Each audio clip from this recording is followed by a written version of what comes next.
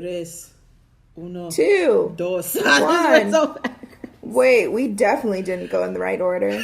Okay, well. Okay. Well, fuck it. Hey, what's up, you guys? Welcome back. Welcome back to episode 3 of Mind, Body, and Soul Food podcast. Yeah. I'm Risha. I am Janay Risha. Holla.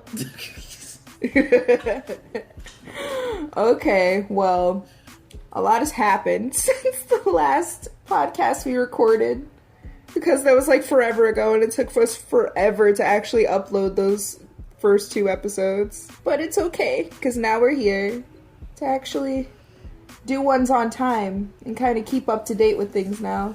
Yeah. Because now we got our lives settled. Yeah, I don't know, even though it's I just keep on having to be more an adult nowadays because I recently just got promoted to work full time at my job. But like, I can still be able to work on these schedules. There just might be some days I might lose a little bit of sleep. But you know what? It's okay. It's life sometimes. You gotta do what you gotta do. Life is a college student. I completely understand hardcore. Yeah. Oh, that part I can't understand yet. Yeah, like at least I'm making more money. Oh yeah, because I didn't even tell you, like with the raise I got raised a whole $1. Ooh, that's gonna add up. I went from 13 to 14. It's beautiful. I can't even relate, dude. I literally get paid $8.50. I'm crying. Man, I'll tell you, man, I was so sad when I was doing that catering back at school. Man, I was so sad making that $8.50 because back in Chicago, I was so used to making like $12.50, and I had to go down a whole $4. When I had to do the little part-time job back in McCall, I was like, "What is this?" I'm like, that barely paid the rent. I'm frustrated, but it's okay. Graduation is just around the corner. It's fine. Exactly. Midterms, I have to get through that first, though. It's your last midterms for at least a year or so. Until you decide you want to get back for your master's. Oh, God. We'll see after this year if I feel like...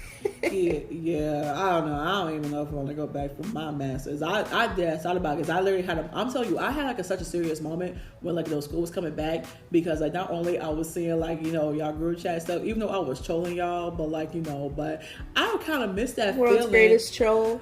But like, I actually did low-key miss that feeling when it's just like, okay, I'm moving back to school. It's like a whole new year. I could possibly see some whole new faces. I get to see some peoples again, and just like. And like, of course, having easy access to art studios and all that was just something that like I just missed the feeling of going back to school. I forgot how much I enjoyed that feeling of going back to school. But then also like at work, I got pretty cool with like the coworkers that like that are around my age, but like they gotta go back to school, and so like I don't see them for like most of the week until like they come to work for the weekend. And I'm just like, dang, y'all made me want to go back to school. Now I'm just like, hold up. I don't want to hire up my student loan debt, so I'm cool. No, I think it's not so much that we want to go back to school for like the school portion of it. It's more so if you want to go back because of the environment and the people you meet around there. Exactly. Yeah, I feel that hardcore. Like that's one thing I'm trying to think about transitioning. Like I'm really thinking about like how am I going to transition in January. Like, I have to become friends with coworkers. That's scary. Oh, yeah, it's such a serious transition. But, I mean, I don't know. I had no problem making friends because, like, Nice. Even though it's like I am not antisocial, but I'm a pretty serious extrovert. You're friendly. I mean, that was the way that we was able to get... I am the complete opposite. You want to talk about actual antisocial. It's so weird. I don't know. I like to say I like because Kendrick Lamar said it one time. He said I forgot what song it was. I think it was Up in DNA. He was like antisocial extrovert. I was like, hey, that's low key me because it's like, yeah, I'm friendly, but most of the time I'm like, I don't want to deal with you, but at the same time you did nothing to me, so I'm not going to be rude. So it's like, but I'm not going to. That doesn't give me the right to be an asshole to you if I don't feel like dealing with people. Right. I'm a friendly, antisocial introvert, so... I guess like with me being like, a serious extrovert, that's how we became cool. Yeah, you kind of adopted me, so there we are. Because I just kept egging on about K-pop and shit, and it was just like, because like I was just, you know how lonely I was before I met you and Shelby, bro.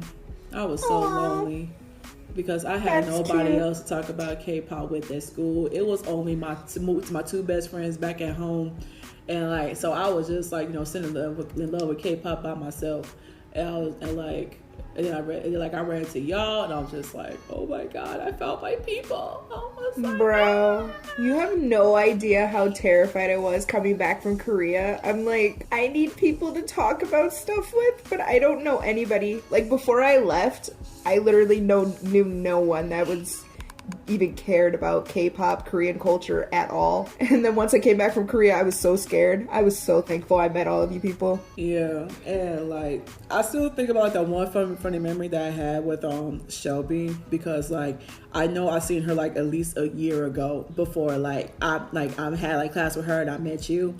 Because I remember like one day I believe I was staying up in Thompson, and like I was like walking down the path like when I was getting off the bus from like whatever, and I had like a little like chibi version of like RM on my backpack, like a little button, and she saw that, and she was just like, I like your button, and I was like, thank you. She was like, you a BTS fan? I was like, yeah.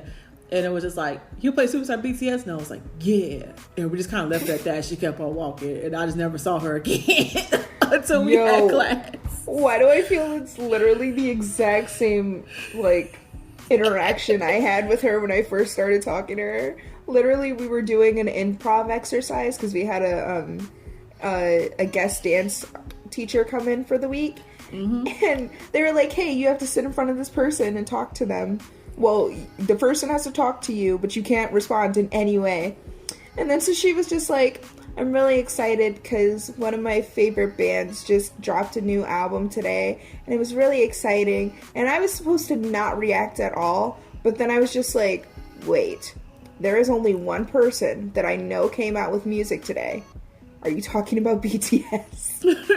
I remember this story. And she was like, yeah, you know BTS? And mind you, I'm not supposed to react at all. And she's not supposed to react to me. This is the actual assignment. We completely broke it within the first 5 seconds.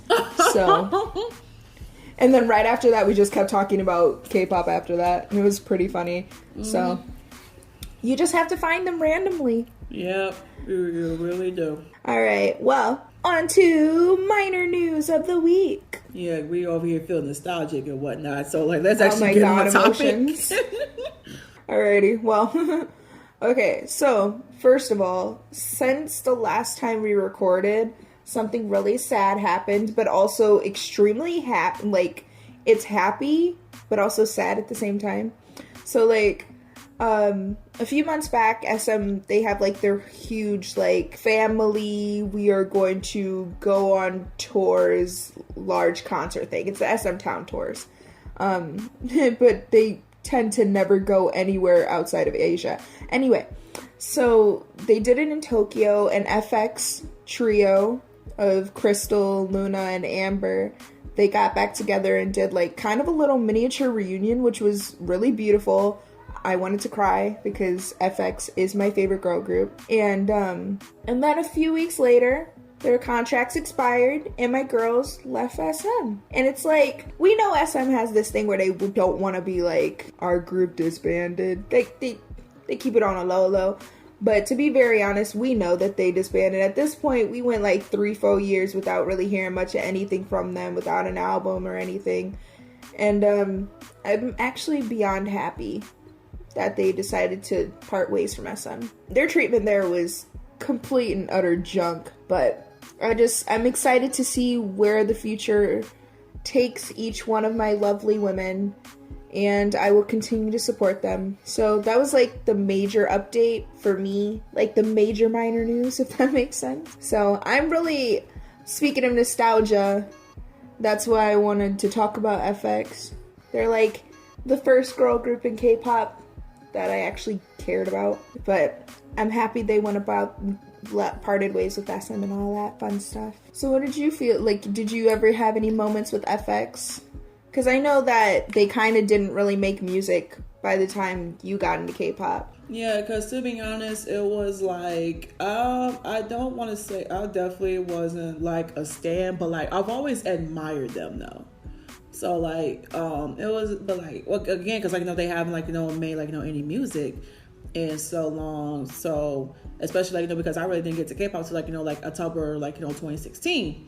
And so like, were they really like, making stuff around that time? I think Four Walls was like around that time. And that was their last major album. Or was it 2015?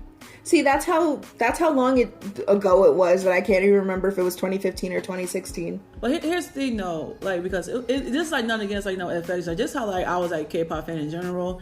I was just super caught up in the boy group so much. Like I was probably one of those like automatic like basic K-pop fans. Like once they first get into K-pop, if they first get introduced to a boy group, that's all they gonna listen to, because we're already gonna stereotype all like the girl groups being like all cutesy and stuff. Yeah. And it's just like I probably because like probably one of the first things I saw which messed me up was for the Produce 101 with the Pick Me thing. That was one of my first encounters with any girl stuff, and I was like, what the fuck is this? I'm not gonna lie, bro.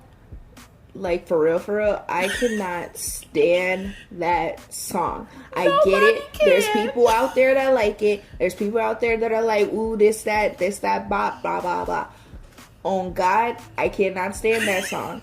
And I think I don't understand how someone can. It is the most, like, it literally pierces your freaking eardrums. I cannot stand it. I call that the official Korea Boo anthem. I don't know. I just don't like it. I mean, it's catchy, and that's the point. But I hate it. If you do that, I'm gonna. Ooh. Anyway, I don't remember the dance. I am so sorry, but it's like when season 2 came around and the song was actually good. I was like, okay, I can give this show a chance. Like I think I watched all the first season all the way through, but anytime they performed that song, I would immediately click away or fast forward. I could not stand it. But yeah, it is what it is. People like it. People have their tastes, but it is just not for me in any way. So I can understand you just being turned off. Yeah, like it's like only because because probably like once upon a time, like I probably heard because I was so caught with, at first I was caught with BTS, and then like it's like a typical pattern. It was kind of like BTS, then GOT7, and then who probably else? It's. I don't know. I want to say I was about to get into EXO, but then something happened. I don't remember. So it was just I was mostly just being into like BTS and GOT7 for like most of the time. And I just remember that like, I'm watching like, all their videos, and then like, especially like, the crack views and all that stuff. And I randomly see like, the recommendation. Like, I guess for some reason, it's just like when you first get into it, that's one of the automatic recommendations. Like, oh, look, Pick Me. And I clicked on it. I was terrified. I'm like, what is this? Why are there so many girls? Is this an actual group? Like, what is this? There was a little fly, and it's flying around me. Oof. I was terrified. So I just automatically stereotype all girl groups, and then but I mean at the same time though, the funny thing is that like even though I automatically stereotype, but I remember like certain songs like I still always liked, because like I've always known of K-pop ever since I was like 12 or 13. I just never fell into the hole until I was like 2021, and I kind of appreciate that. Because I'd rather look back at my emo phase in high school and not a Korea Boo phase. So I'm okay with that. But I remember like, the main songs that like I was into was mainly 21 songs. Of course, but like, because I was just like, if anything, I just still like those same like, 2, 3, 21 songs I like. Of course, I'm the best. And also I was really into the song Ugly. You remember that song Ugly? Yeah, I know a lot of people. The first song I got into by them was I Hate You. My angsty ass really lived for it. Like, but all honesty, I get it. I think mine was slightly different because, again, I got into it, like, when I was like 15/16, but I was always a mature kid, so I never went through a career boot phase. It was just like, I really like this language. I kind of want to learn about it. But the first thing I got into was IU, so I didn't care about girl groups and or boy groups. I only cared about solo singers for a long time until my friend got me into Big Bang. And I was like, okay, I guess I can start liking groups. So it took a minute. Yeah, no, with me, no, I was very impressionable, like especially up in middle school. Like literally, once I found screamo music, and I was like, oh my god, this is everything to me. I was in all types of the bands. I had so many white boys on my wall. Oh Lord! Like with the terrible emo bangs and like the raccoon makeup, and I was also even pretending that I was into certain bands and I really wasn't. Like so, I kept on claiming that one of my bands was freaking Black Veil Brides only because I was so obsessed with the lead singer. Even though when I look back, I was like, "Oh my god, this was just terrible." Why? Bro? These dudes were you hot? You gotta show me some of these pictures of you back in the day. Oh girl, I had the raccoon eyes and everything. Post them on the Instagram. Let's go. No, that would never happen. I will only show those in person. I am only going to show those in person. Even to be honest, like if you really want to see it, you could just literally go on my Facebook profile and look at my history of profile pictures. You want to see something, go all the way down my profile pictures. There's gonna be a lot because I be changing my profile picture every time I get my hair done. So man, there's like almost 200 profile pictures. I'm actually now you just got me thinking about like my cringy preteen past, because I was like, when you started talking about like emo phase, and I was just like, oh, I went through a Twilight phase. That was not a time. I had Taylor Lautner on my freaking wall. Like, why did I do that? And then that happened at some point. I allowed myself to be that way, and I but hey, Taylor Lautner was life though. Like, he was really life. I was in love with him, but also at the same time, I'm like, that was cringy. Like, hardcore cringy. You get that? Did you get it? No, I didn't get it. Okay, keep talking. That fly is just gonna keep going. This bitch. Preteen days that was a time. I'm thankful. No, deadass, I'm really thankful I did not get into K-pop at that time. Well, that'd been terrifying. No, I'm thankful too. I'd rather deal with my emo phase than career boot phase. I would have just left K-pop altogether after a while. So like, even though that's why I was just like, man, I really wish that like, I had moments where I was just like, man, I really could have been into this K-pop life since like forever. But I was like, you know what? I'm glad I became more of an adult, because like, even then, like, when I was like 2021, like, I was 20.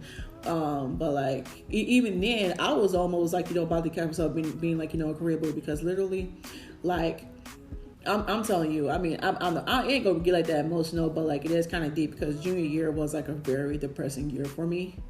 So it was like, with me finding like, BTS and all that stuff, it was like very confident, and it was just like, with me dealing with roommate issues, I didn't want to be in the room. So like, I never wanted to be in my room. So like, I would literally spend like 6 to 8 hours in the library just watching BTS shit. That's literally what the fuck I was doing. And I just realized, like, you know what? Okay, I'm kind of doing too much now. So it was just like, I'm a healthy fan. So it's like, I do things in moderation. Granted, I'm still a part of Stan Twitter, but like, I do it in moderation. I do it in moderation. And the funny thing is that like, I was never obsessed with Twitter. I mean, I always had Twitter. Like, I always had a Twitter ever since Twitter came out. Literally, I've always had one.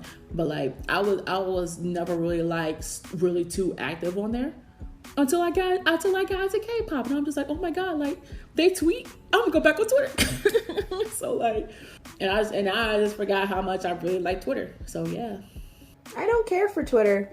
It's a thing that exists. I only got it because of Wendy's. Why Wendy's? Wendy's Twitter is hilarious. Oh yeah, I love it. I want to be there anytime they tweet at people. And then also Jay from Day 6. He's just so funny. I love Jay. I was like, I'm gonna just get a Twitter just so I can see these live. I just want to be there in real life and follow these people whenever they do funny things. But yeah, I get it. Honestly, I think that's one thing that connects all of, if not most of us K-pop fans that got into it before the whole wave that's happened within the last year or two. Because like I got into it my junior year, but it was junior year of high school. And that was an extremely hard time for me too. Well, sophomore year going into junior year. So yeah, it's just, it's one of those things that helped us through hard times. And that's good. And that's what connects us all. Which is nice. Alrighty, well, I'm happy you're happy, and I'm happy it brought us together. Yeah. Well, we went on a tangent. Back to FX anyway. I mean, that's what I was saying. Like, FX is the nostalgia. They were one of the first ones for me. So, I'm just happy to see them grow and live their best lives. Continue on. Be the queens that you are. I love every single one of you women. Yeah, but like they will all be successful in what they do. So like it's like no doubt. I just been like really bit behind on like all this like new music lists and all that stuff because I know Amber put out something called Hands Behind My Back. Yeah. I watched the performance version. I mean like it was a good choreography. I mean like for me it's like even though it's like for me the song ain't really like for me, but I'm just happy for her because it just you could just feel that this was what she wanted to do. So that's why I don't mind it, even though it's like I'm not really going to be like streaming it or like playing it because it ain't really for me. But I'm here for anything Amber does because because even if you don't like the song, you could just feel that this is what she wanted to do. Right. I just love Amber. Like that was honestly one of my first K-pop girl crushes, to be honest. Well, that's pretty much a lot of everyone. I love Amber. You're not the only person. She is well loved in this world. I love Amber. I love her. I'm so sad that we missed her. Please don't remind me. Please do not remind me. But she came on the worst day though. Like she literally came on finals week. She came to Chicago on the worst day. That wasn't her fault though. All of these middle of the week performances, especially when I got things to do. Like, stop coming during midterms. Stop coming during finals. Stop coming during the middle of the week. Chicago is a major city. Please act like it. Come on the weekend, please. For the love of God. Some of us have things to do during the week. And be like LA. We can have 2-3 days now. I mean, we have 2, but you can add a 3rd day if you want to, like y'all do with LA. Like, what's up? Man, like, for real. For real. I mean, granted, I'm thankful. I am thankful for what we have been given. But you can still do more. Exactly. Like, come on the freaking weekend. Please do that for us. Stop coming on the school day. So we're gonna transition here because we went on the world's longest tangent. We went from that was just the nostalgia opener, I guess. Yeah, huh? this was the whole nostalgia section right here. Like the listeners got to learn a little bit about us. You get to connect with us a little bit more. This is what it's all about. Also, you can definitely tell us how you got into K-pop and what it did for you, because that's the thing that connects us all. Alrighty, so what is our topic for today, Miss Janay? All right, we are talking about SM, baby, and this debut, and it was just like, I don't have complete thoughts on it because I'm gonna be honest with y'all, like I was really listening to everything before we recorded, but like so far I enjoyed it. I just got to figure out what my favorites are and all that stuff. So hopefully I'll probably do a review in about a week. So like whenever I do that, of course, it'll be referenced somewhere if y'all want to know my opinions on it. I'll probably do it in like a week or so because, again, I have the adult life, so I got a lot going on. This is our follow-up to what we talked about like an episode or 2 ago. Wasn't Super M like our first episode? Yeah, actually, yeah, it was. It was our first episode. Isn't that funny? It took us so long that our third episode is just a follow. It's okay though, because to the listeners, it's just like, oh, what a quick change. But I mean, obviously my opinions on them didn't change. I was excited before they debuted, and I am excited after the debut. Honestly, like, I've been listening to the EP over and over all day, and I am in love with Supercar Hardcore. But I mean, I expected that, because when I tell you, out of all of the Super M teasers, Mark was my favorite. And I feel like most people feel that way. Janay hasn't watched all of the teasers yet, so she might not have much of an opinion on the teasers. Because the only ones I really watched was Ten and Taeyong. But that's okay. I believe maybe Taemin. I don't know. I don't know. I'll be trying to have some sort of dedication to my YouTube channel, but at the same time, I'm not. I don't know. It's just that I just gotta find a motivation to do this stuff, and it's just like I'm like depriving myself of like watching beautiful things because I'm trying to do something that I'm honestly not completely sure if I'm completely passionate about, but I'm like, I still want to do YouTube. YouTube is fun. It's just that like I kind of gotta do it a different way than like I was, because shit is getting boring, to be honest. But yeah, I'm tired of depriving myself of like beautiful things. Yeah, I think that's one disadvantage of being a reactioner, is that you kind of limit the things that you can enjoy, and you put yourself on a schedule just to please others, which is frustrating. But that's also the YouTube life in general. But reactioners, it's even more irritating, especially if you've been waiting for something for so long, but you're like, oh, I can't record it right now because I got things to do. Versus like, oh, well, this is a 3-minute video, let me just check this out right quick. Back to the EP. Yeah, Supercar is it. That's it. I love it. It's wonderful. I do like No Manners. I do enjoy the sultriness of that song. Beautiful. It's sultry. I mean, as expected, Baekhyun showed out. I thought not that, like, I was expecting him to show out. Vocally, he killed the game. Taemin was on, I think he was in every song, and my boy can adapt hardcore, and he's really good. I mean, not like I didn't know that. This is Taemin we're talking about. Exactly. It's really interesting to me. Because with this supergroup, I had no idea what I was going to get musically, because all of the groups are so different musically. Honestly, listening to Supercar felt like I was listening to NCT 127, but it may just be because Mark and Taeyong had such a strong, heavy portion of it that it felt like an NCT track. But then the title track, though, Jopping, what you feel about that one? I'm really trying to think. I'm really trying. Shoot, it's like, I'm not gonna lie, it was like I was enjoying it, but I kind of forgot how it sounded already, because again, I only lost to listen to it once.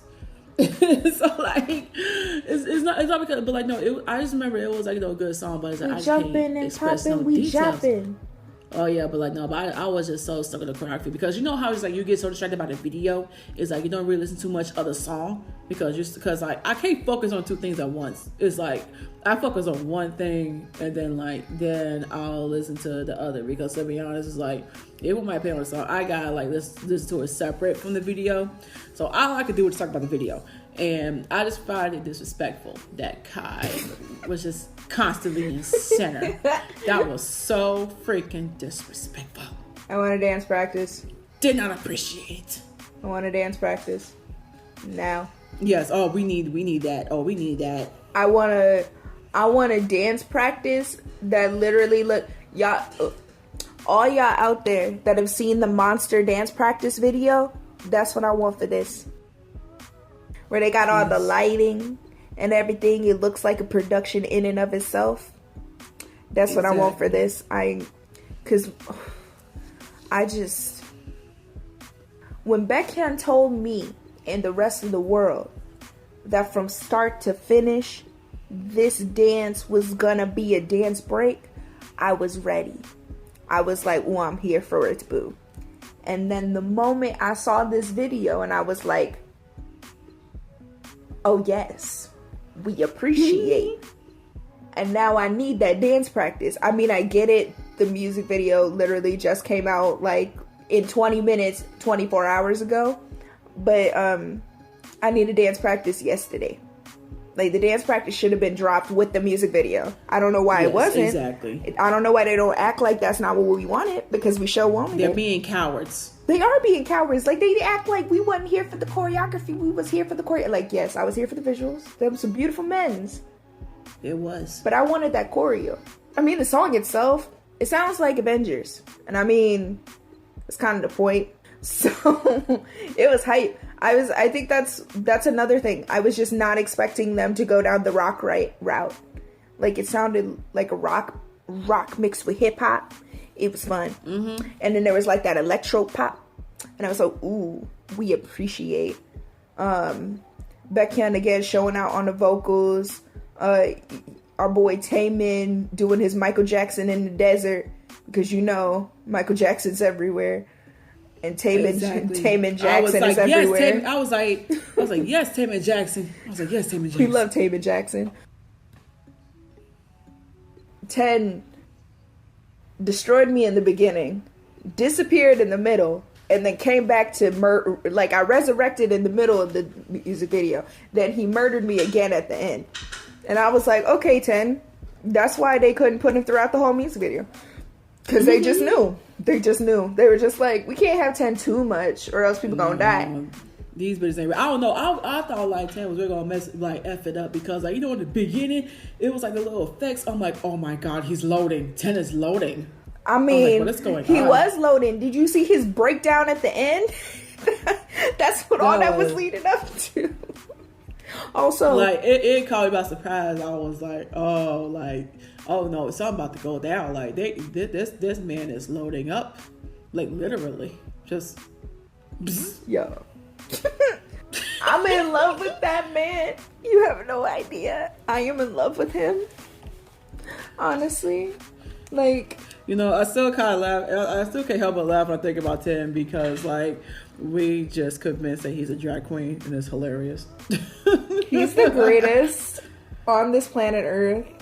And I am so happy he has finally touched down in American soil. And I'm just like, ooh, one step closer. Even though he's so far away. Sad face. Anyway, but hey, look, God, please give me these tickets. We gonna see 10. These Chicago tickets. We gonna go. We're gonna manifest this right now. Speak that into existence. We will see 10. Speak it into existence. We will be seeing 10 in Chicago, November 13th. We're making it happen. We making it happen. We making it happen. You gonna get them tickets. I'm gonna get them tickets. Lord, you hear that? We gonna get them tickets. Yes. Like Lord, Buddha, what kind of ancestors, whoever need to heal. What kind of ancestors? I love it. I love it. But yeah, so anyway, I need to stop talking about 10 because I could literally just talk the whole podcast about 10. You really can though. We probably talked about 10 for like around 2 hours one time. I swear to God, we probably spent 2 hours talking about 10 before. Literally, and, like, you just had to convince that, like, he was an undercover drag queen. I just love him. Okay, anyway, Risha, get off that topic. You have to taste it. Anyway, Lucas. So you're just gonna skip over the second? No, I have to stop talking about him, or else I'm just gonna literally spend the whole time talking about him. Okay, all right, we'll stop right now. We'll stop here. All right, okay. It's horrible. All right, so Lucas. Okay, first of all, my boy, he came out in a cow jacket, and I was living for every second of it. Out in the desert with his cow jacket. I was like, okay, but only Lucas can rock that. Moo. Moo. Moo. Bitch, I'm too smooth. Ooh, my, okay, I didn't feel good on my boobies bouncing. I'm a cow. I'm a cow. He's everything. I'm not a cat. I don't say meow. But for real, he was doing it. I loved him. I know one of our friends is like currently dying at the moment because Lucas is one of her alts. So who? Risha. Oh, I didn't even know. I'm not even gonna lie. It was like I will pop up in the group chat, but like sometimes y'all be exchanging messages would not be going to sleep. So I gotta mute y'all for like 10 hours. It's okay, Granny. It's okay, Granny. We know you go to sleep early. It's like I'll be having to mute y'all while I'm asleep, and then like it's only for like 8 hours because like I'll be up by the time it turns back off. Yeah, but even then, yeah, he was looking great. I wish I would have heard more lines from him because, like, yeah, me too. Because like Lucas is sickening. Like he had really quit playing with him. He had they win-winned him, and that was disrespectful. That was hardcore disrespectful. I mean, they didn't win him. They win him in 127. That's what they did, and that was disrespectful. Oh, yeah. Giving him the we jopping.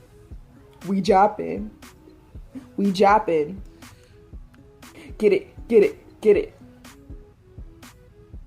And that was Lucas. And like, what? I get it.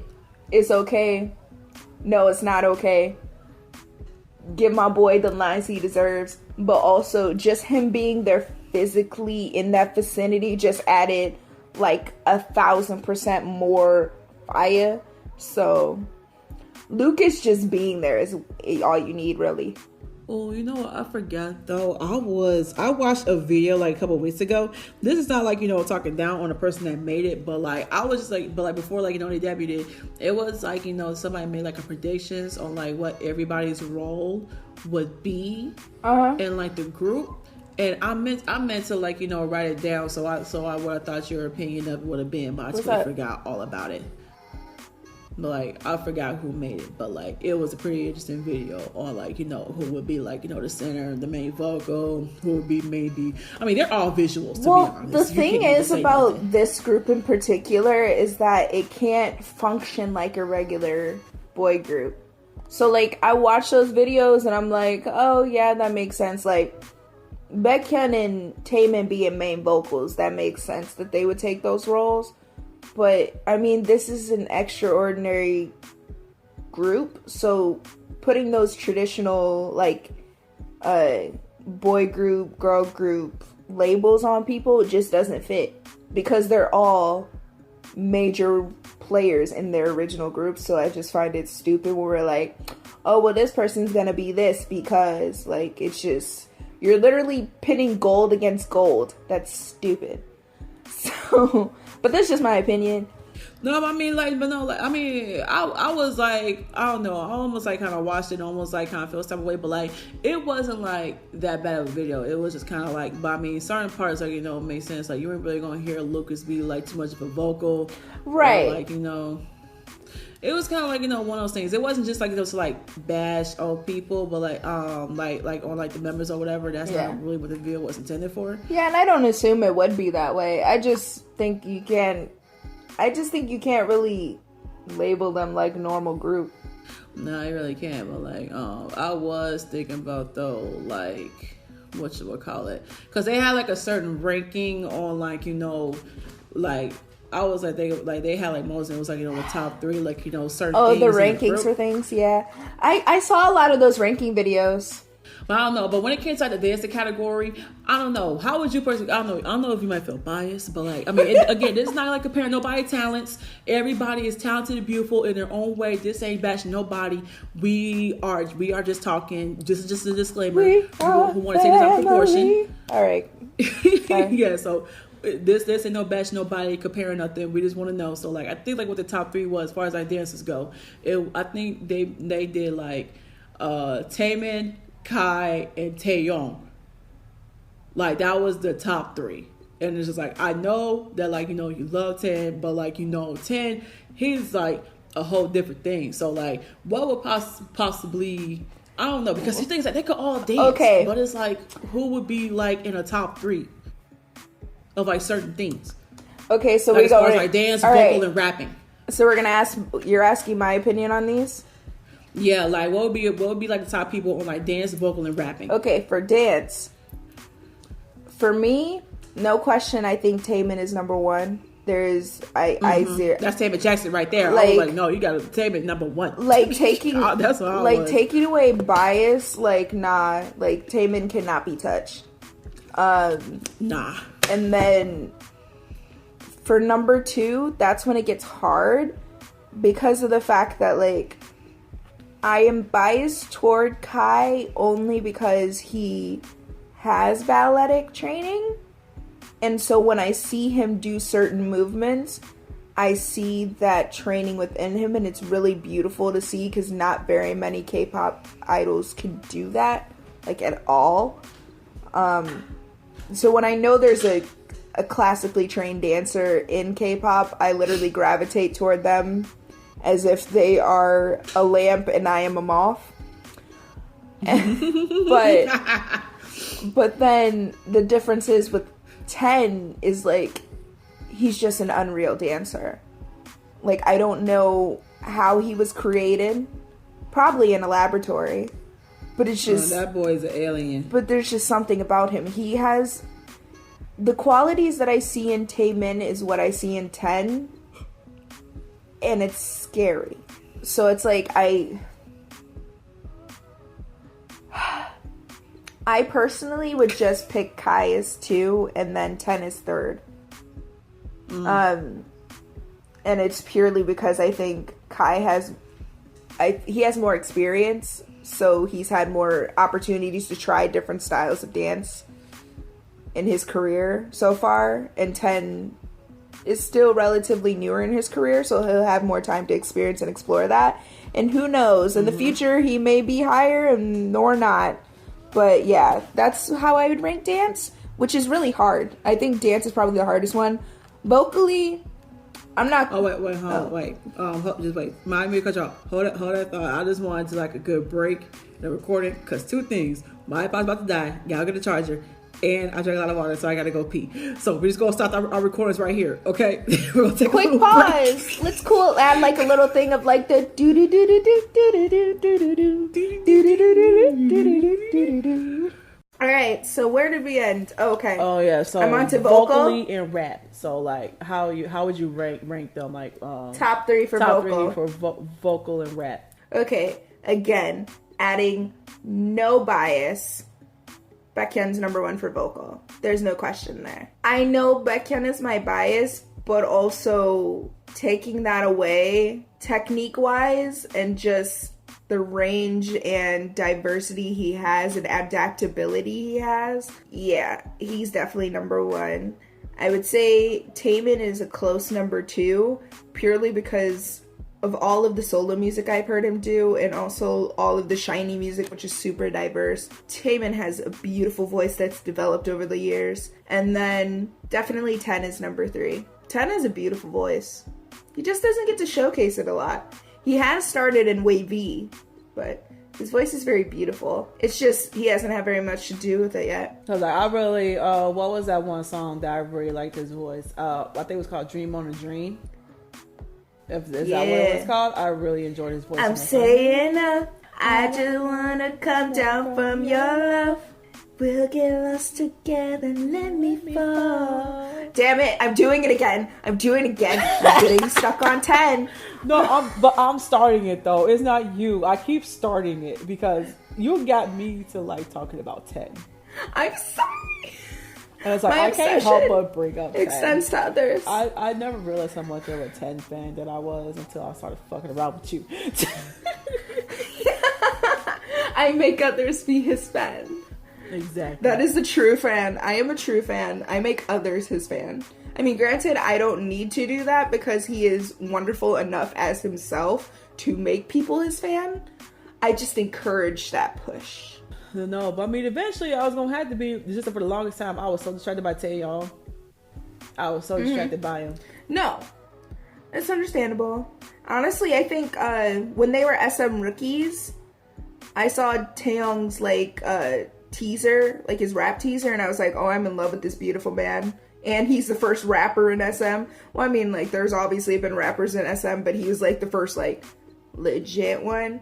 And so I was like, oof, we here for it. And then they started showing the dance videos, and I was introduced to 10, and I was like, well, My bias for Taehyung changed real quick. Not to say I don't love him anymore. I still love him. He's still one of my biases in NCT. But 10 kind of skyrocketed his way into my heart and my ultimate bias list.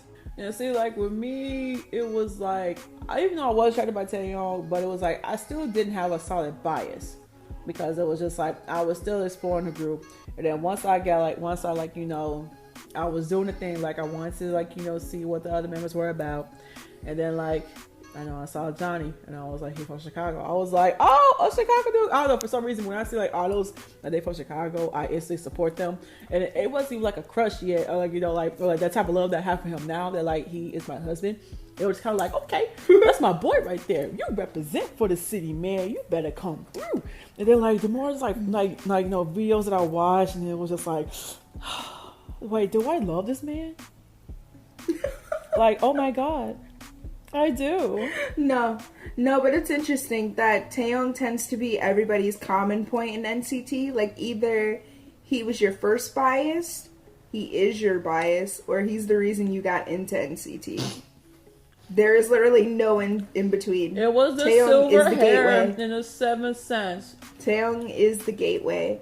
So yeah. So that's vocally, and then rap-wise, Mark. This one's hard.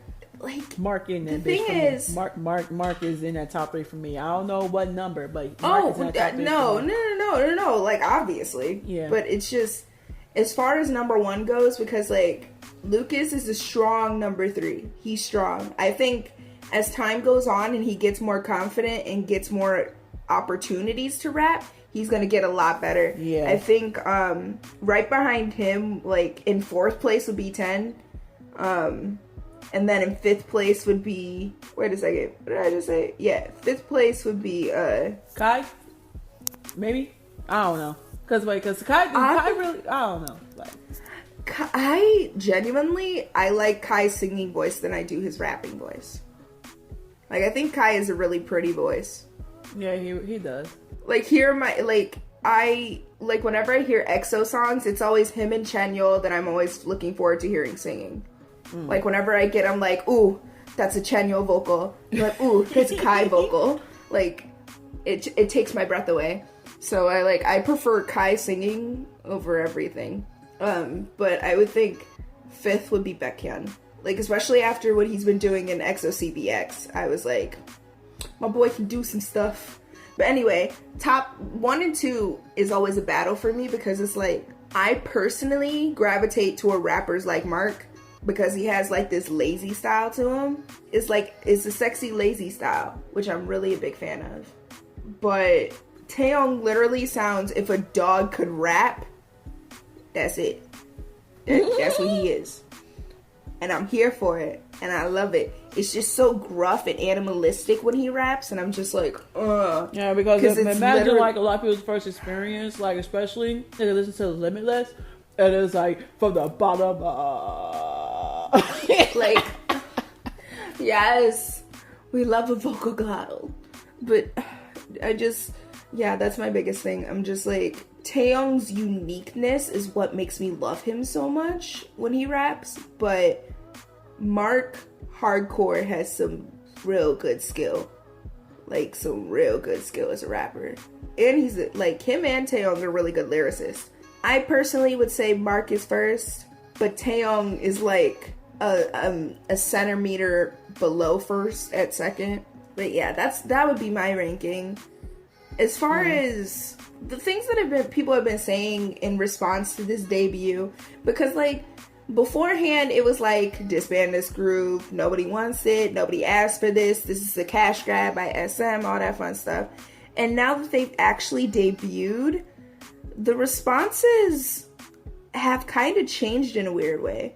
So like, obviously the title track is always going to be polarizing, especially from an SM artist. Mm-hmm. Not everybody's going to like the title track. That's just a given. Yeah. Regardless if you like the group or not. Not everybody's gonna like it. I personally love it, but again, I'm into that cinematic movie score feel. Not everybody's into that. it's not easy listening. It's a hype listening. Like, I'm like, hold up, let me go and get my Spider-Man costume on. Like, that is that hype thing. And not everybody's gonna be here for it. So it's a lot of mixed responses. Some people love it, some people hate it. It is what it is. That's just how a title track is gonna be for most people. As far as other responses I've been seeing, it's like, I don't know where this whole elitist idea of, if the group, like, people feeling like the group because it's inorganic, the conception of it is inorganic, then that makes the members' bonds not less significant, but less genuine than other groups. And that frustrates me, because I'm like, okay, first of all, every single K-pop group that has ever been made was not organic. Like, they were all in some type of K-pop company, and they were picked and chosen to be in a group. Exactly. It's just like, it's our situation. Like, you just be in this group with some random motherfuckers, and then eventually you just make a bond. But they're all going to be strangers to you at first. So it's like, because it's like, it's one of those things where you're like, okay, well, these are my coworkers, and the only way for me to get to my dream is to work with them well.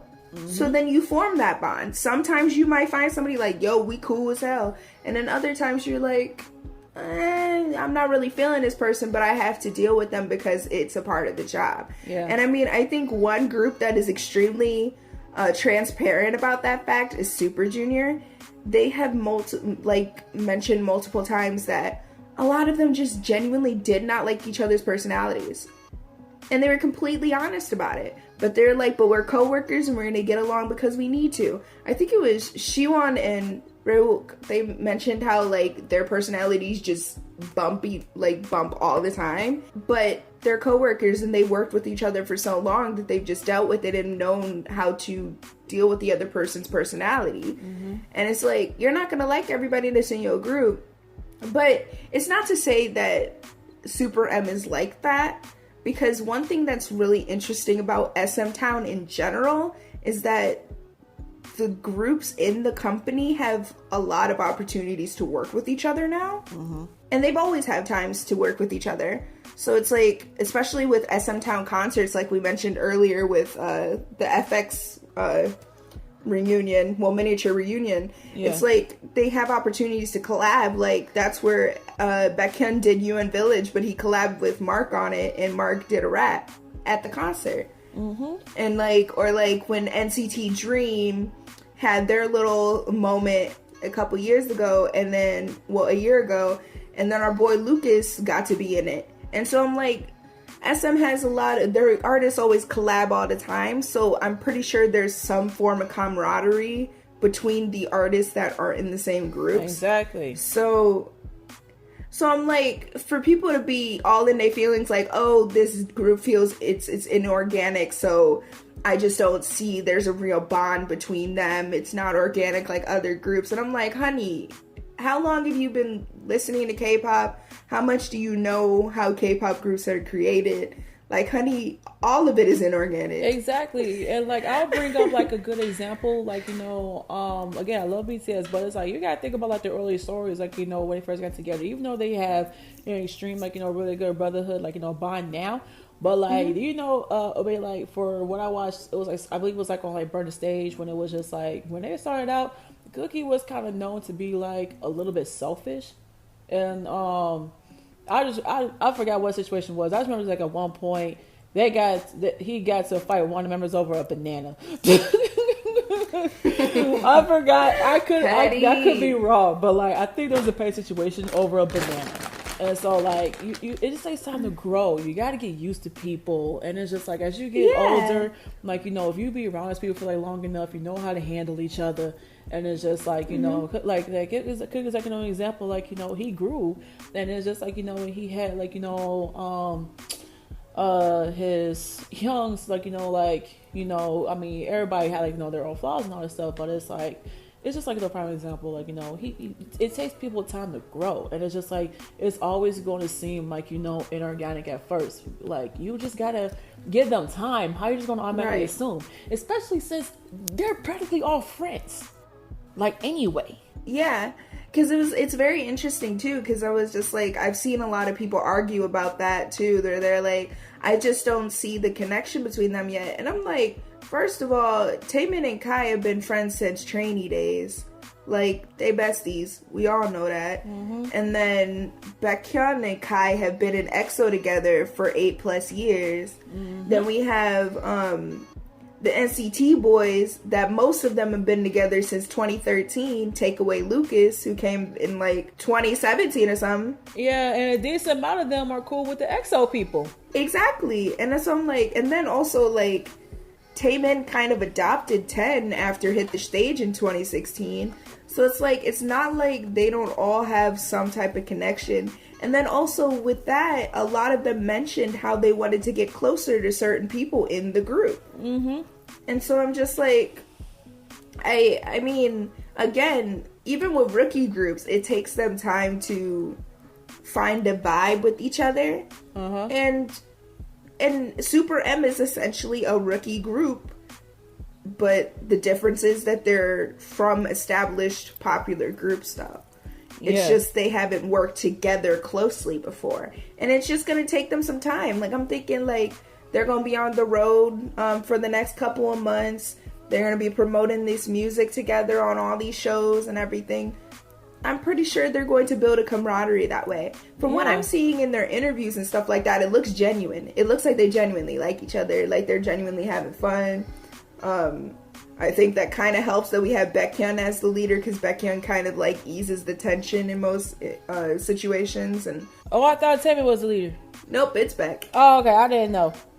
I guess I just assumed because, they decided on Baek. Taemin Jackson. So and I still leader. No, me too, but you know what? They chose who they chose, and I'm here for it. But also at the same time, Baekhyun as a leader is the weirdest idea to me. Anyways. As much as you love him, this is like, nah, this is weird. Nah, this weird.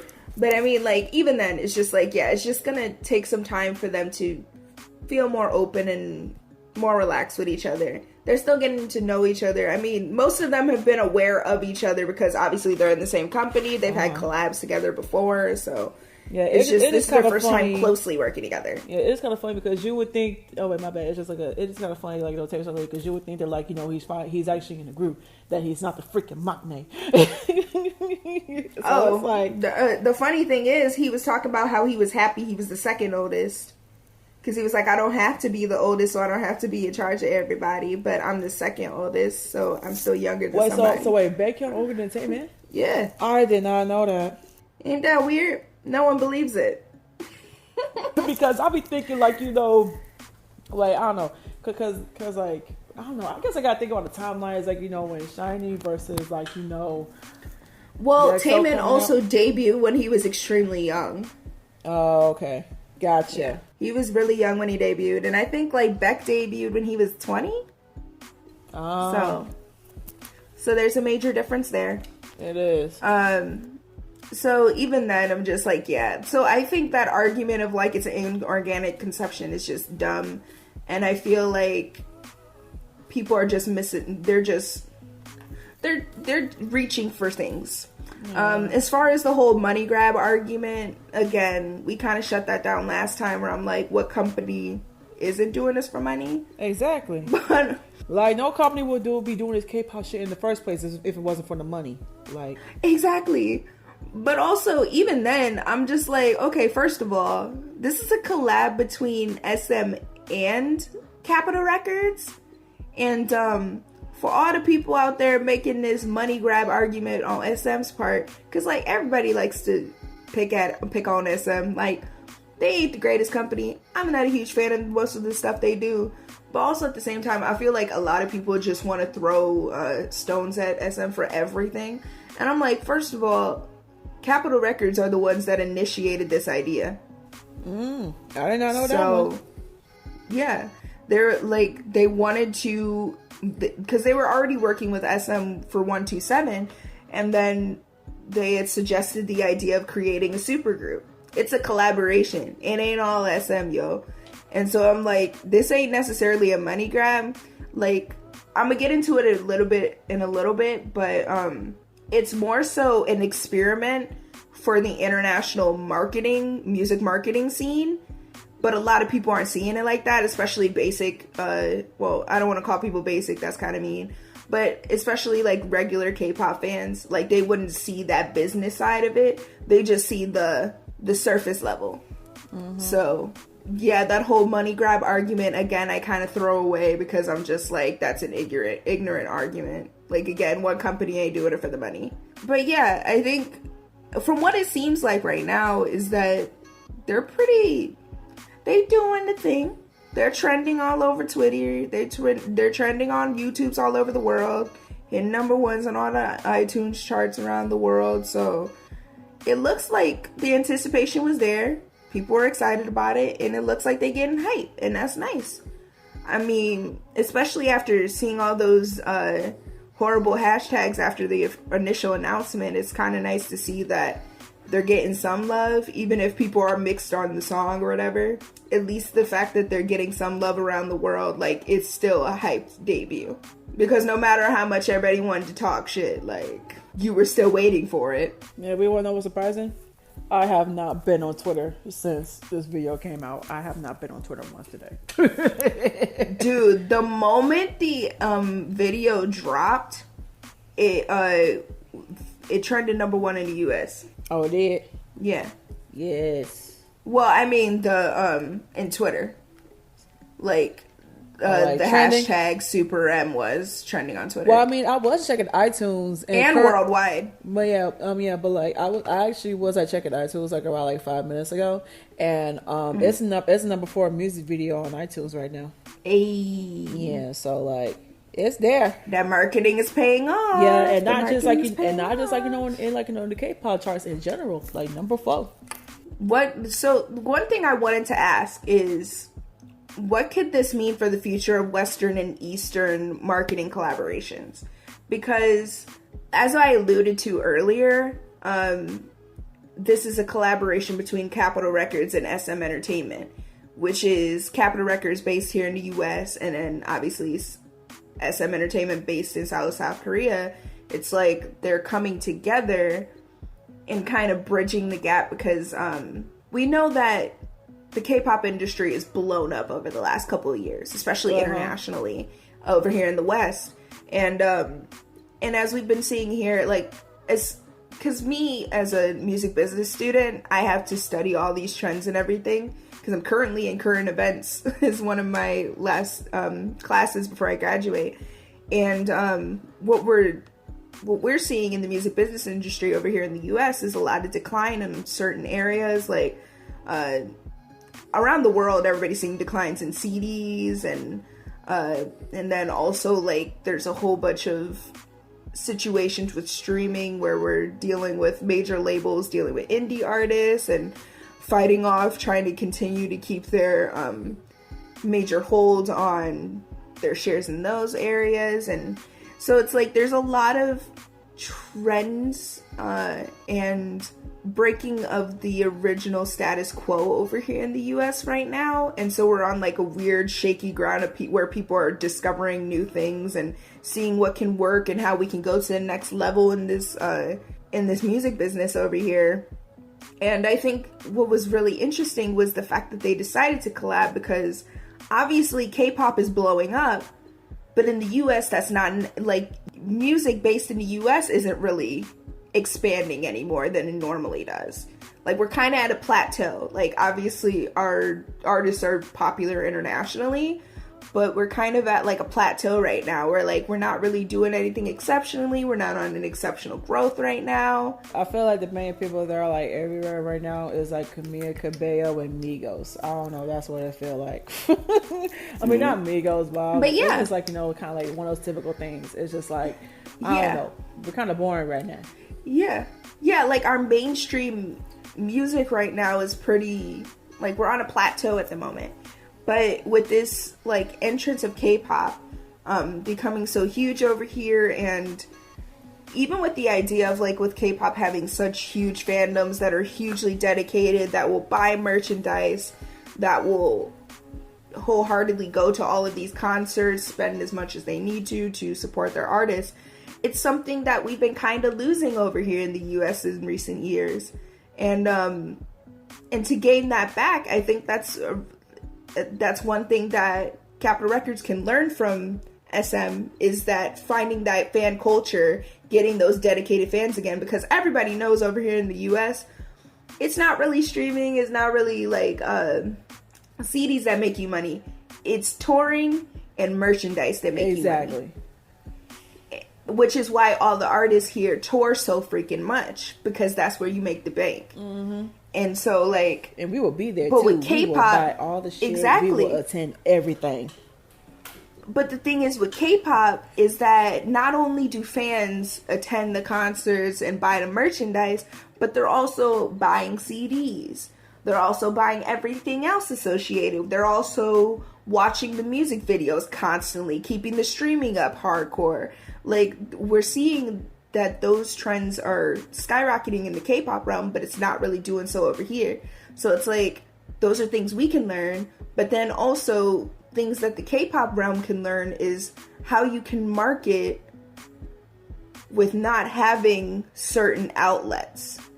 Like, for example, with K-pop, the way they promote their music is like, we're going to go on a music show every week. We're going to go on a variety show or two. And that's how they get their music circulated, especially in like Korea and in Asia over there. But then that's different over here in the West. We don't do it like that. Which is like, if they want to expand beyond Asia, they have to look at other outlets. Like, yes, you have to go on talk shows. Yes, you have to, you can't just, you're not going to have as many opportunities to promote your music unless you're going to live festivals, because that's one thing we do in the US. You go to festivals to promote your music. And so, and then not only that, you also have to do a lot of online marketing. Like, and so it's really interesting seeing that collaboration between the two, because what we've been seeing is, like, what we've been seeing is like the pre-releasing track, which is common in a lot of Western artists. Before they drop the album, they give a pre-release song or a couple pre-release singles, and then the album drops a few months later. And then in K-pop, that's not as common. Every once in a while, a group will drop a pre-release song before a full-length album. But also in K-pop, they do mini albums more often than full-length albums, so you don't see that that's not common. Yeah, as far as K-pop, when you say, like, it doesn't really happen or something, I could only, what can I honestly recall when, like, a song came out for the album, to be honest. As far as, like, what I witnessed, Superhuman by NCT, because, like, it was already being, like, you know, performed, like, you know, circulated here in the US, like, you know, we pretty much got the idea of, like, the song and all that stuff. So even though, like, it technically wasn't a release, but it was kind of like, as far as like, you know, the US fans go, like, since they performed it before it came out, so I guess, like, you know, just to get, like, you know, the buzz out there, that's the only time I can really recall when it's like, even though technically it wasn't released, but it's like we knew the song before the album came out. But also the thing is about that is, by that time, 127 was under Capitol Records, so they were already under a US label.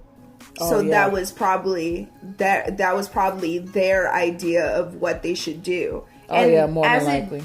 And I mean, again, that's like, it kind of was, it's something you don't really see often in K-pop, but it worked. It got us hype. We were ready for it. Yeah, to be honest, though, I kind of prefer, like, the process where it's just, like, the song and album will come out, like, all together. Because it's kind of like, the only thing sometimes I kind of like is just, like, you know, because it kind of happened to me a couple times, especially last year, when it's just like, okay, like, this is building up, and, like, I'm ready for whatever artist, like, you know, out here I'm listening to come with this album, and then it kind of just makes it kind of sad, because it's kind of like, okay, all this anticipation, and it's kind of like not what I thought it was. And I'll give a prime example. The bars better not come at me, because I love Nicki Minaj, but I'm never gonna lie to you, I was kind of sad with Queen.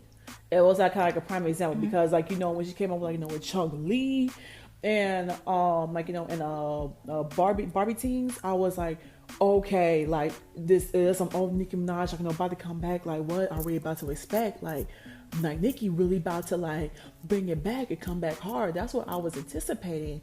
And it's like, granted, I mean, I listened to like, you know, decent amount of songs on there, but it was just kind of like, the songs didn't really fully live up to, like, you know, for her to call it queen.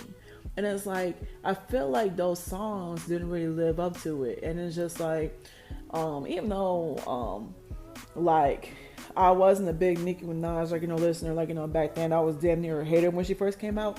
But like, once I stopped being a hater, like, I finally listened to her stuff, it's just kind of like, what was it like?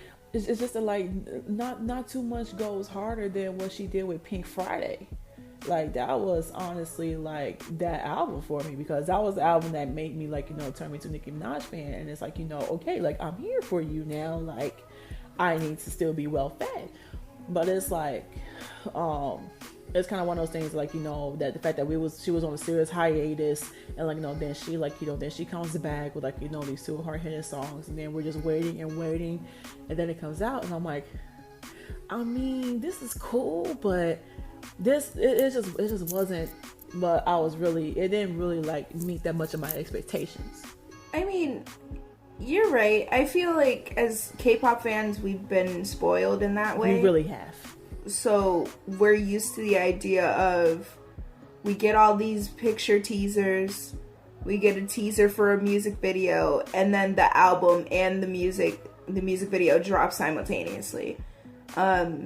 Before I got into K-pop, that was never a thing. I was used to, there's a couple singles that come out, and the few singles that come out over a couple of months period lead up to an album that drops.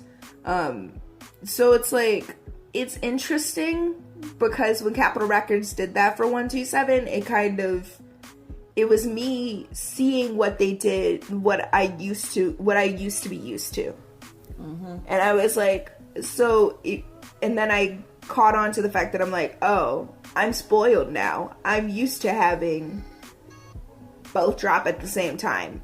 I don't know how to wait anymore. Yeah, I really don't either. I don't I don't know how to anticipate anything anymore, because my anticipation levels go between 2 weeks before the album's supposed to drop, and that's it. Mm-hmm. Anything longer than that, I can't handle. Yeah, and it's interesting because I never used to be that way. Exactly, it's like, because like recently, like, you know, I've been so obsessed, like, you know, with the rapper Doja Cat, and like, you know, she did a couple, like, you know, radio interviews, like, you know, she's about to come up with something, and it's like, you know, yeah, she's putting, like, you know, a song out, like, you know, here and there, and like, whatchamacallit, and she's just like, you know, oh, it's gonna come out in, like, I guess December or January or some shit like that. I forgot what she said, but I'm like, oh my god, that is so fucking long. What are you doing? Like, release it now, you coward.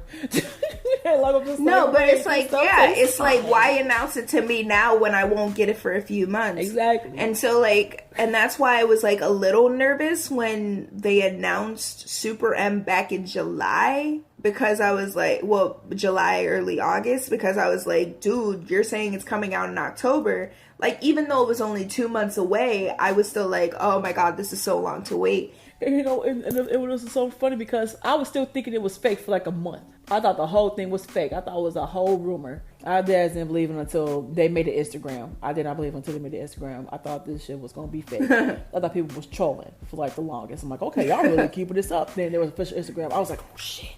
Mm-hmm. I was like, oh no. Yeah. It's real. It's real.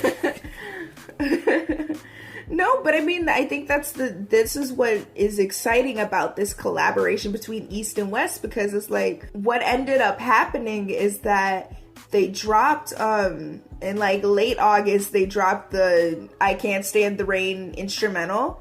So that was our first real tease. And then literally all of September was just straight teasers. And so, like, that was really interesting because it's like, we got the pre-release that is known in the Western world that people do.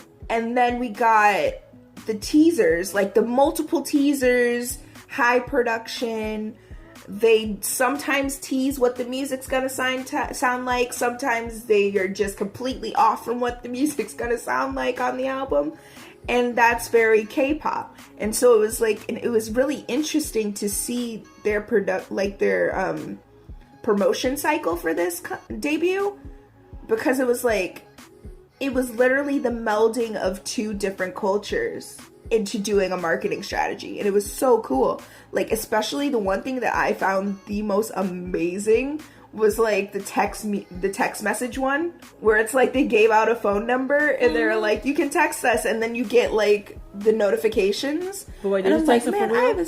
I forgot to text them. I was scared. But it works. And it was really interesting, because I'm like, okay, whenever something would come up, they would let us know immediately. And I'm just like, that's a cool way to get engaged with your fan community. And I wouldn't have thought about that. So that's one thing that's interesting, is because it's like they're taking tricks that are known to work in the Western world, tricks that are known to work in the Eastern world, and then they're also like creating new stuff. Like, I don't know if I know there's been text message communication before. Like, I remember Soulja Boy did it back in the day, where he literally kissed me the phone. Yeah, like, I remember that. But and also I saw about Mike Jones, and he was like 281-33-805. But yeah, and then but not only that, they did a lot of lives and tried to get in communication with the fans a lot more, even before the debut, to reassure a lot of us. It was really interesting seeing. Oh, also, I think my biggest thing that I found the coolest was the merchandise itself. Oh yeah, that moving like Lucas t-shirt. Yeah, the AR t-shirts. Because like, obviously, me being the stan of literally everybody in this group, I was going to get the album and the merchandise anyway. Oh, I got the album delivered today, by the way. I just can't get it till tomorrow.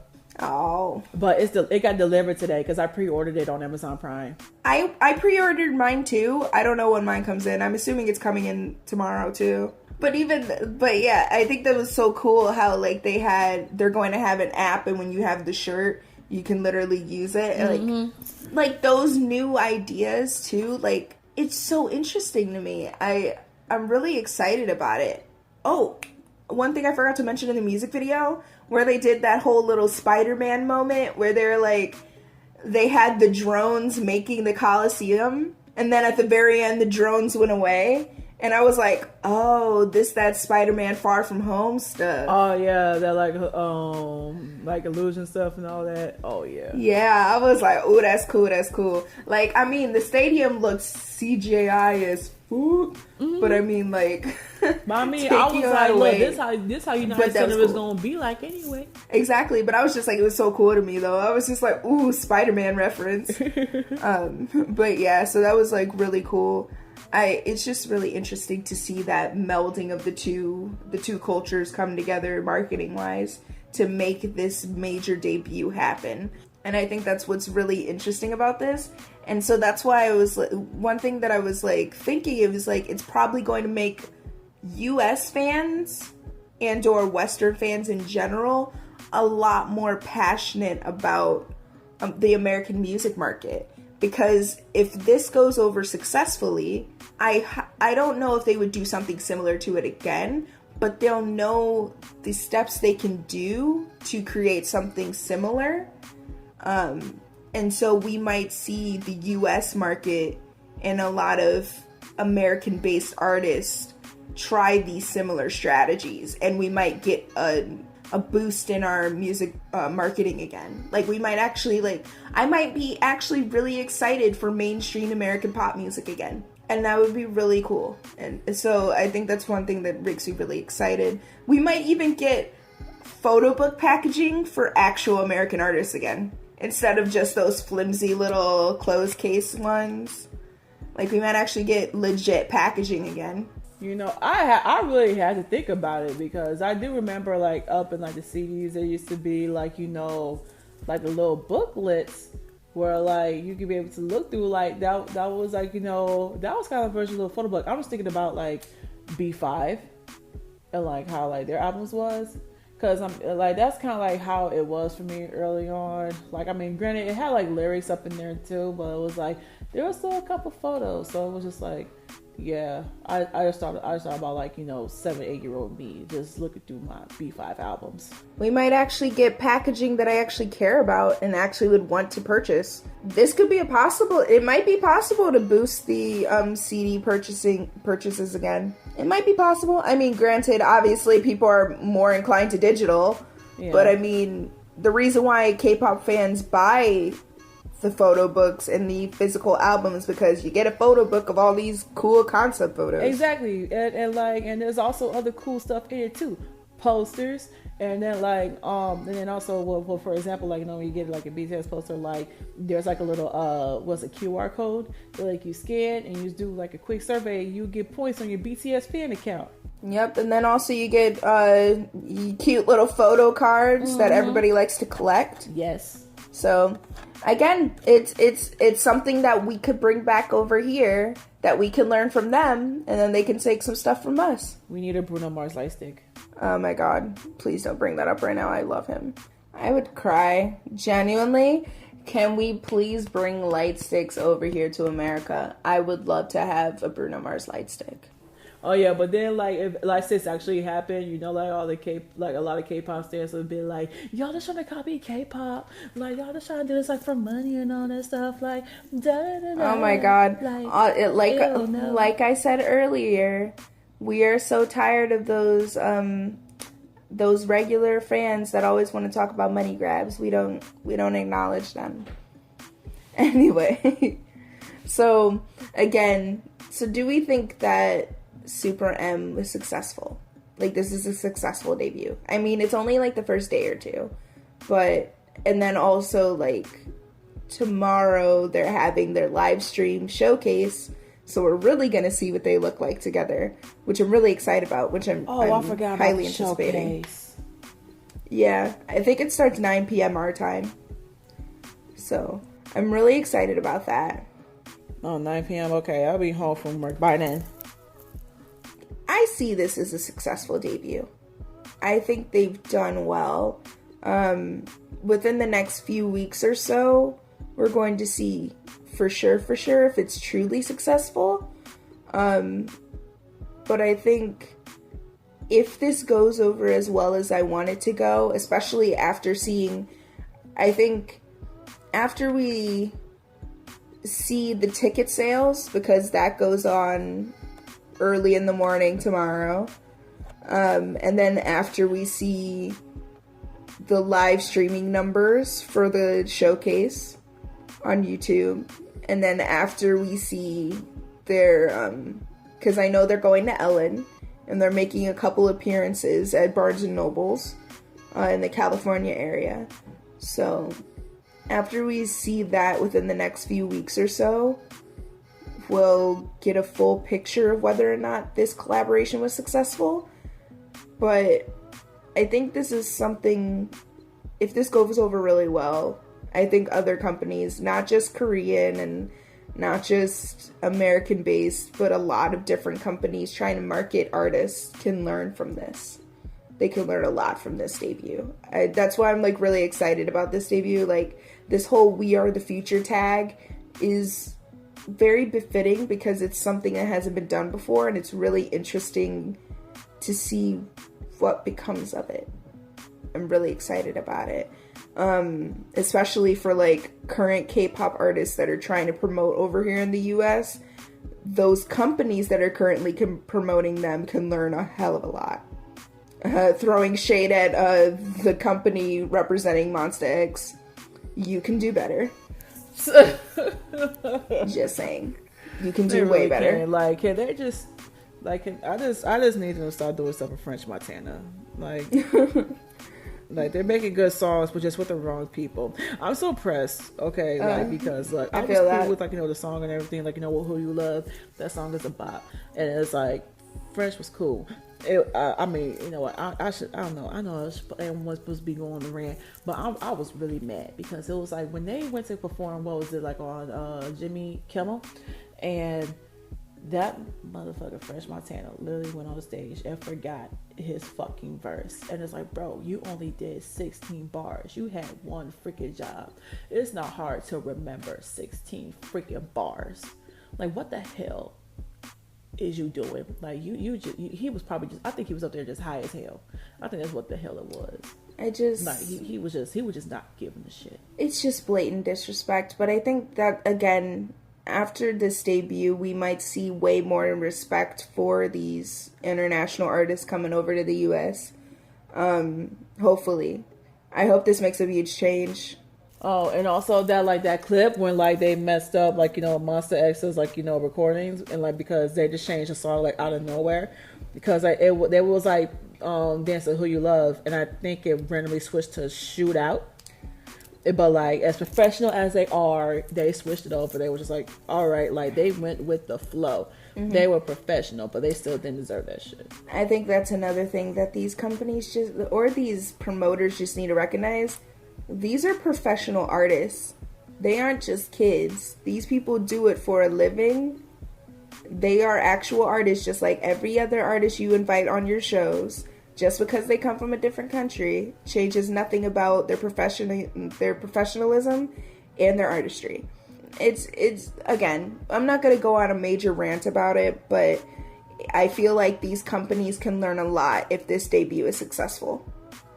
Because what I've been seeing from Capitol Records, they have been treating NCT 127 really well. They have been promoting them really well. And they've been making sure their name gets out there really well. So, I mean, from what I've seen in the last year and a half, I trust Capitol Records. And so, for them to do this collab with SM for Super M, I trust this. I trust that this will go over well. And I trust that they will take care of the boys. And I trust they will make sure their health is okay. Because, like, again, a lot of us K-pop fans know how SM be sometimes, and we don't completely trust SM, but I have a lot more faith in Capitol Records because I haven't seen them done nothing dirty at the moment.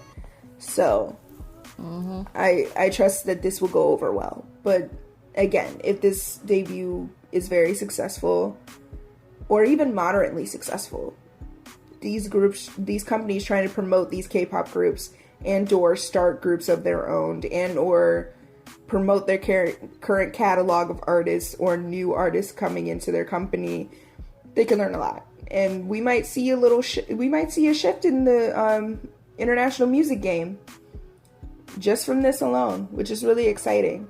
Like, it's not that... It's one thing, because I know a lot of people are just like, the biggest argument is like, oh, SM's doing this because they want to replicate BTS's success.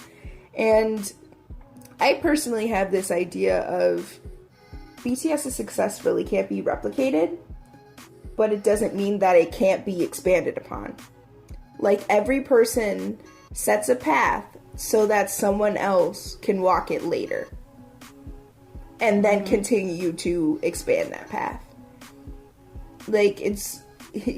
no one lays down a road just for no one to walk on it, no one to ride on it.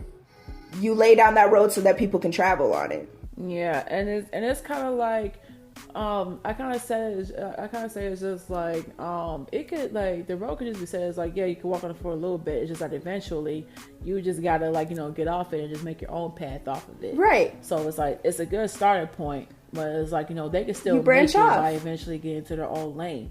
Like, it is possible, but it's just like, but the only thing that makes me mad about, Western media is just like, because since we still have, like, ignorant, we have a whole bunch of ignorant people out here. It's just like, they really are trying to do their own thing. Like, like they're trying to make it, like, on their own, their way. But it's like, everything always has to, like, lead back to, like, like BTS and all that stuff. And it's just like, especially, like, when it comes to... But they're like that with everybody, though. Like, even with female entertainers. Yeah, they really are, though. Because it's like, kind of like, even with female rappers, it's just like, I mean, some of the new girls coming out, they bring up Nicki Minaj. Or, Nicki Minaj came out, they gotta bring up Little Kim. And so, like, and it's like, so on, so forth. So it's like, that's just our media in general. We always have to compare someone to someone else for reference, when in actuality what we really need to do is look at someone for their own merits instead of trying to compare all the time. And also like, but that's just our Normani and media. Beyonce also. But again, that's literally just our media. That's how our media works. But yeah. Again, back to my point, it's just, I feel like people always want to argue that whenever a K-pop group does anything over here in the US, or whenever a K-pop group tries to try something new, especially within the last few years, everyone wants to try to compare it to BTS and what they've done, and or they want to be like, oh, they paved the way, blah, blah, blah. And I'm just like, yo, guys, we really need to jump off that horse at this point, because it's like, we get it. They've done amazing things. No one is discrediting their success and them getting to that success. But at this point, you need to recognize that other people are also artists, and they also deserve the opportunity to set and create their own paths. And just because it's slightly easier now because someone else went so far does not take away from that person's successes that they have created on their own. So exactly. And so I'm excited for where this is going to go from now on. I just hope for nothing but the best for my boys of Super M. And yeah, any final thoughts for you? I don't know. You pretty much took all the words out of my mouth. It's just, I'm basically just gonna repeat a lot of things that you just said. So I'm good on my end. You kind of just said basically all my thoughts. So I got nothing. You said everything. I'm sorry. I'm gonna sound real repetitive, but I am here for Super M. Yes. Like even though like as far as like my first impression, I mean again I still got to listen to it a couple more times, like really get a feel of it to have like a full on opinion. But so far, like, it's cool. So like I hopefully like, I mean of course like, this ain't gonna be something that's gonna be like consistent for a while, but it's like, hopefully the next time like, they do something together after all this, especially with this random mass tour that they decided to do. Like I hope they do more together. It'll be nice. I still want even though they did like the performance video, but I want more. Taemin, Kai and 10 Ho anthem. I just need something. Baby Don't Stop 2.0. Baby Don't Stop mixed with Move, mixed with Confession. Stop. Okay, like I'm so obsessed with Confession right now. You don't understand. But I need that. That one dance move. He was like, time for confession. The world ain't ready. With the hips. Like that Kai, that boy has so much control over his body. It's just a beautiful thing. Like it's torture watching him because he just does so much, but I love it. I love suffering. Yeah. Watching him. Honestly, with Super M, it's one of the like for real, if I know a lot of people are scared that them being in this band is gonna deter them from being in their original bands. But again, SM and the boys have reiterated that that's not a thing. So I'm just excited for when we'll be able to get more content from them, because it's really, it's a cool idea. I really like it. I like them being together. I want to see more of them together. And then it can also be an encouragement for a female supergroup. And I'd be here for it. And also, I'm just honestly kind of worried about Mark. That boy gonna be busy because he gotta be in Chicago for the Super M thing, but then he gotta come back for the Jingle Bash the next month. I mean, not just him, Taeyong too, but also. Oh yeah, Taeyong too. I keep forgetting. But also, Kai and Beck are still on their world tour, so. Oh yeah, they are. See, look, they already just doing a lot. See, pray for our boys. We're just gonna pray for our boys. For all of them to be in good health. And pray for that. And pray for their success. Because this can mean some big things for the music industry, and I'm here for it. Because then this is going to be a music industry I'm ready to dive into in January. Alrighty, y'all. So that was our thoughts on Super M. An extra long one because we had a lot of thoughts. Yeah, we really did. A follow-up. Yeah, we keep on trying to avoid talking about 10 because I'm telling you, y'all, we could talk about 10 for like.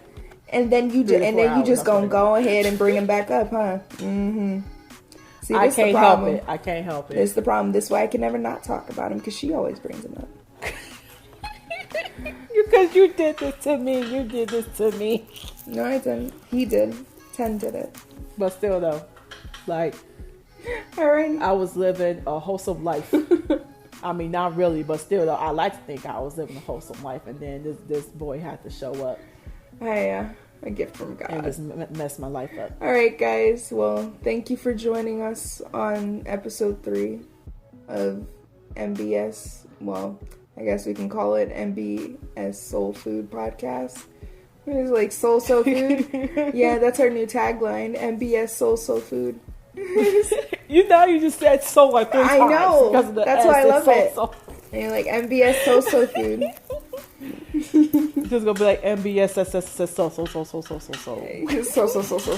soul to infinity and beyond. What's the social medias? I am Janay Vera. That is JANAYVERA on every platform that you could find. I am so easy to find. Honestly, everywhere. It's on everything. Nothing changes. Stays the same. Same by time, same by station. Oh my goodness. On Twitter, what am I? Janay, you know mine, right? Either Risha _DC 1996 or Risha DC _96. I think it's the second one. It's RISHADC _96. Y'all, I don't use my Twitter enough to actually know what it is. But please know that I am trying and I'm getting better at knowing. And also, big surprise, we opened up an Instagram. Oh yes, and what is her Instagram? It is what was the username? At Mind Body Soul A. So Seoul like Seoul, South Korea, so SEOUL. And then it's just Mind Body Soul, no space in between. A. It stands for Mind Arts. Yep, it's arts. Because it's gonna be including our dance stuff. When people post fan art, all that's going to be on our Instagram, so check that out. And we're also going to post little clips of our podcast on there too. So get hype. Follow us on those things. Yeah, get mother effing hype up in this bitch. Yeah. Oh my god. Okay, so that was a little soul food for the soul. Be sure to continue the discussion with us. We want to know what your guys' thoughts are on this debut. Do you guys see a huge future in the music business like I do, or are you just like, Marisha, you're thinking too hard into this because this is your major? So we'll see you guys later. See y'all home skillet biscuits. Bye-bye.